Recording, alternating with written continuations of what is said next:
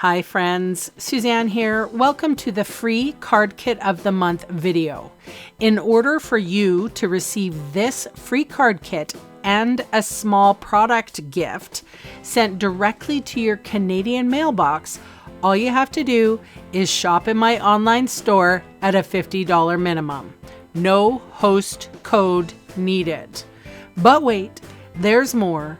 Want to earn a free stamp set just for being a loyal customer? Check out the description box below. You'll find more information about this free card kit and my loyalty rewards program. And if you're watching this video to figure out how to put your kit together, I just want to say thank you for shopping with me, or thanks for being on my team. I appreciate you all so very much. This is the free card kit for January 2026. Happy New Year. I'm featuring this brand new stamp set called Reason to Celebrate. It's very basic, but it's actually very useful. As you can see, it says New Year on there, so Happy New Year. So I'm not going to make a New Year's card today, though. I am making a birthday card. There are people in my life that have birthdays in January. Sucks to be them. I'm sure they probably get their Christmas presents and birthday presents all in the same go. But anyway, I feel for them. So I am stamping the word birthday on the largest stitch circle. No, it's not a circle. It is a banner in the stylish shape dies. And I did that in Night of Navy, and then I'm going to stamp the happy 3 times, and this I'm using Balmy Blue. So the colors of the card are Pretty Peacock, Balmy Blue, Coastal Cabana, Night of Navy. I started off with the blues because they're pretty much my go-to, my favorite colors, and I really like blue. I don't know about you. I have a blue car.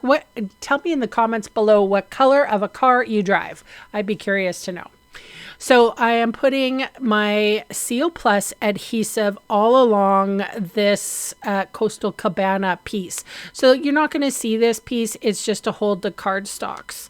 So as I got this idea from Mary Fish, I think she made a point in saying that it's amazing what you can do when you just have bits and bobs, a few bits of scrap of cardstock. And I have to agree. This is a simple card and it will use up your scraps.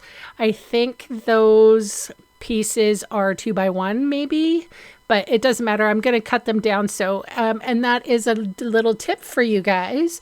When you put this together, if it's not absolutely perfect, like you're going to see me put this Pretty Peacock down a little bit, and there's a little bit of that Coastal Cabana that is showing.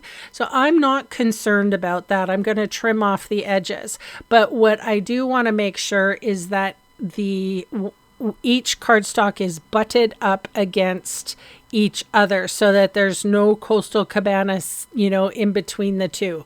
So I do want to, I'm just going to cut off like a hair of the showing Coastal Cabana, but you don't have to be too perfect, although it does help. So as you can see, I'm doing both cards today, and it doesn't matter what order you put the papers in or the cardstocks. Honestly, it's up to you. And I will show you. So you can use your regular trimmer, the Stampin' Up trimmer. I happen to have a really handy little guillotine trimmer, and I use it all the time, surprisingly. You can't buy it anymore. It was a special that Stampin' Up has. And, sometimes people say to me, oh, well, where did you get this? Where did you get that?